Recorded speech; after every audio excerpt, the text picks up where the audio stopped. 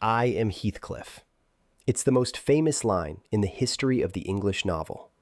It's a statement of ontological fusion, two souls so intertwined they cease to be individuals. For over 150 years, we've seen this line delivered by actors in itchy wool sweaters, leaning against cardboard rocks on a misty soundstage. We've seen the polite Victorian version, the prestige BBC version, and the Hollywood Golden Age version, where everyone looks like they just stepped out of a hair salon. But then came Emerald Fennell, the woman who gave us the neon-drenched revenge of Promising Young Woman and the salt-rimmed, high society depravity of Saltburn, looked at Emily Bronte's 1847 masterpiece and asked the question that has defined her entire career. What if we made it an absolute fever dream? Welcome back to the channel. Today, we're dissecting the most talked about, polarized, and undeniably vibes-based movie of the year, Emerald Fennell's Wuthering Heights. And yes, the quotation marks in the title are legally required. Starring Margot Robbie and Jacob Elordi, this isn't your grandma's period drama. It's a BDSM-tinged, anachronistic $80 million gothic explosion that just crushed the Valentine's Day box office while simultaneously setting every literary corner of the internet on fire. Is it a faithful adaptation? Absolutely not. Is it a masterpiece of style? Possibly. Am I obsessed with it despite its flaws? Let's get into it. Chapter 1. The Saltburn Effect. Aesthetics over accuracy. To understand this movie, you have to understand the Fennell touch. Emerald Fennell doesn't make movies. She makes sensory overloads. If you thought the vampire moments in Saltburn were provocative, she's dialed the dial up to 11 here. The film opens not with a carriage ride, but with a pounding industrial electronic score that feels like a funeral in a Berlin nightclub.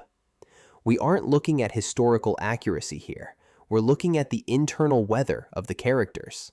Fennell has openly stated in interviews that she's adapting the version of the book she read when she was 14, a version that was raw, illicit, sweaty, and totally over the top.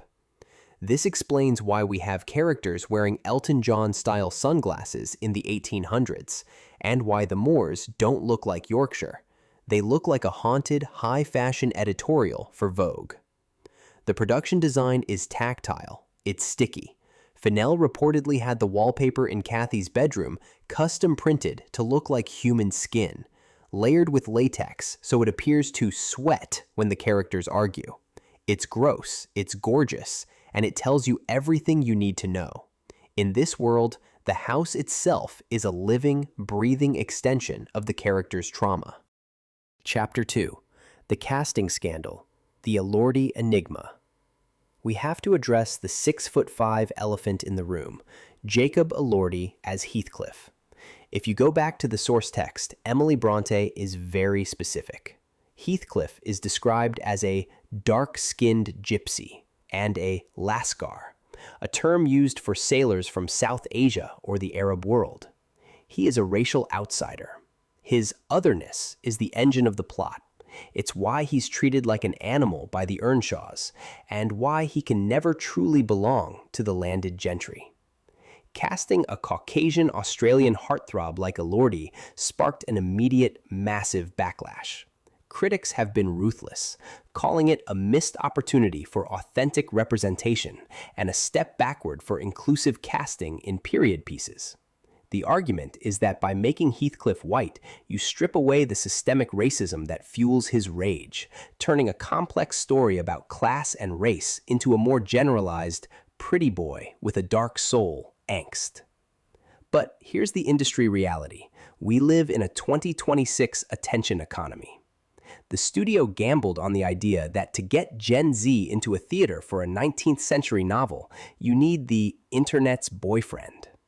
And while the politics of the casting are undeniably messy, I have to admit, Elordi is magnetic. He plays Heathcliff not as a brooding romantic, but as a silent, menacing predator. He has this stillness that makes his eventual outbursts feel genuinely dangerous. He's not boyfriend material here. He's a black hole. Chapter 3. Margot Robbie, the volatile Catherine. Then we have Margot Robbie.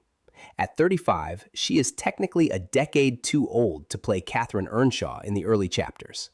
But what she brings to the role is a frantic, promising young woman edge that we haven't seen in previous Cathys. Most adaptations make Cathy a victim of her circumstances. Robbie makes her a perpetrator. She is selfish, manic, and fiercely protective of her own desire. She doesn't just love Heathcliff, she wants to consume him.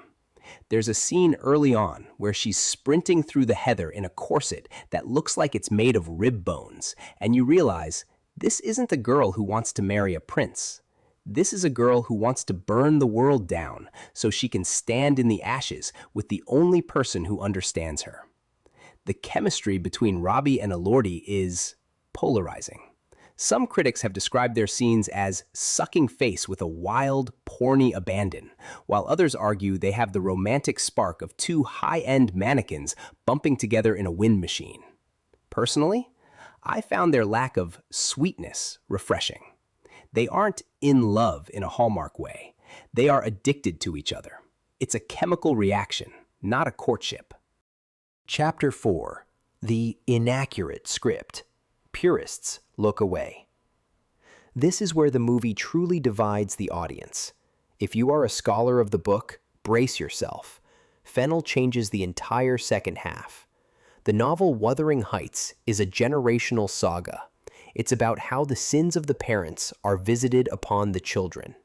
Usually, we see the younger Cathy and Hareton find a way to break the cycle of abuse.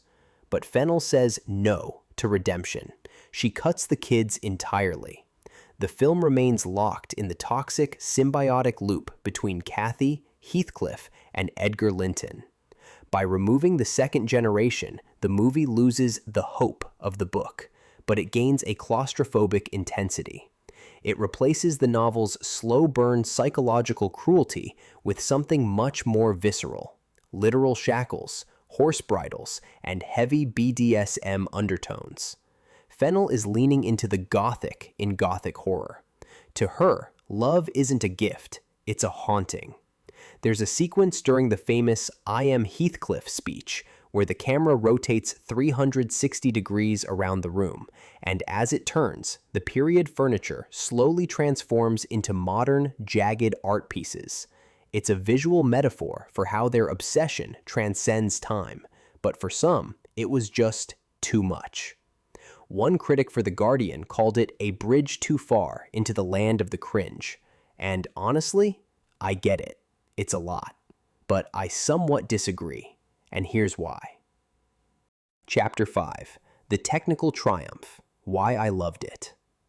So, if the casting is controversial and the script is so inaccurate, why am I standing here telling you I enjoyed it? Because as a piece of cinema, it is stunning. Let's talk about the cinematography by Linus Sandgren. Every frame of the moors looks like a Renaissance painting that's been dunked in acid. He uses these bruised purple twilights and high-contrast clinical whites that make Wuthering Heights feel like a beautiful prison. There is a shot of Margot Robbie standing on a cliffside during a lightning storm that is so perfectly composed, I wanted to frame it and hang it in my house. And the costumes, oh my god, the costumes. Sophie Canale, who did Bridgerton, went rogue here. Margot Robbie is draped in these avant-garde architectural gowns that feel both 1840s and 2040s. There's a yellow velvet dress she wears in the Grange that seems to glow from within, contrasting with the dark, heavy leathers Elordi wears at the Heights. The clothes tell the story of the class divide better than the dialogue ever could. And I have to give a shout out to the supporting cast. Ewan Mitchell, Aemon Targaryen himself, is terrifying as Hindley Earnshaw. He brings a jagged, drunken desperation to the role that makes you understand exactly why Heathcliff turned out the way he did. And Hong Chow as Nellie Dean? Genius. In this version, Nellie isn't just a bystander. She's a conniving, jealous spectator who actively sabotages the lovers for her own amusement. She's the one holding the camera, metaphorically speaking. Chapter 6. The Verdict. Style as Substance. Is this movie a faithful adaptation? No. If you have a test on the book tomorrow, do not watch this movie. You will fail. Is it good in the traditional sense? That's harder to answer. One critic called it a birthday cake that tastes like copper, and I think that's the most accurate description possible. It's indulgent, it's sweet, it's metallic, and it leaves a weird taste in your mouth. But here's my take. I would rather watch a director take a massive, stylish swing and fail than watch another safe, boring, beige period piece where everyone drinks tea and whispers about their feelings. Emerald Fennell understands that Wuthering Heights was never meant to be safe. When it was published in 1847, people were horrified by it. They called it vulgar and unnatural. In a weird way, by making a movie that people find vulgar and unnatural in 2026, Fennell is being more true to the spirit of Emily Bronte than a faithful adaptation ever could be. She's capturing the shock value, and she did so brilliantly. I'm giving this film a solid 7.5 out of 10. I was stunned by the visuals, I was captivated by the performances, and I was entertained by the sheer audacity of it all. It's a maximalist triumph of style, and while it might not be the Wuthering Heights we expected, it's the one that 2026 deserves. It's a movie for the era of dark academia aesthetics and toxic relationship discourse. A gorgeous, messy, neon-lit scream into the Yorkshire wind. So, now I want to hear from you. Are you a Bronte purist who wants to see the quotation marks version burned at the stake? Or are you like me, willing to forgive a lot of narrative sins if the cinematography is this pretty? Is Jacob Elordi the Heathcliff of your dreams, or is the casting just too Hollywood for you? Drop a comment below, and let's start a war in the comments section. It's what Kathy and Heathcliff would have wanted. If you enjoyed this deep dive, hit that subscribe button. I'll see you in the next one. Until then, stay wild, stay wuthering, and maybe stay away from people who say, I am you. It's a red flag, guys.